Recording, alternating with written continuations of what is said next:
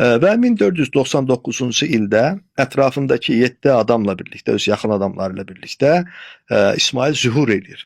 İsmail da bu 7000 nəfərlik silahlı qüvvəsi ilə 1500-cü ildə Şirvana hücum edir. İsmail Səfəvinin əmri ilə Fərrux Yasarın başı kəsilir, bədəni isə yandırılır. Bununla da kifayətlənmir.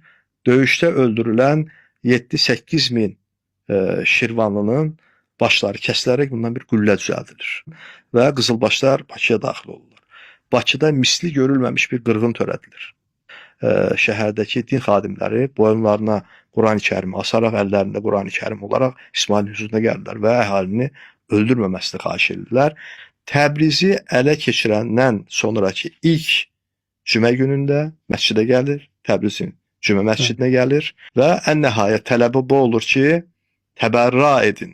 Yəni sünnilikdən dönərək şiəliyi qəbul edin. Oradakı qızılbaşlar da Əbubəkir, Ömər, Osman və Ayşəyə lənət oxumağa başlayanda Təbriz əhalisi nəyə uğradıqlarını çaşıb qalırlar yəni. Belə bir şey gözləmirdilər çünki təbərra etmək istəməməsi onlara çox baha başa gəlir. Təbriz və ətrafında kütləvi qırğın törədirlər. Qızılbaşlar təxminən 20 minə yaxın Təbrizli qızılbaşlar tərəfindən öldürülür. Qadın, uşaq, qoca demədən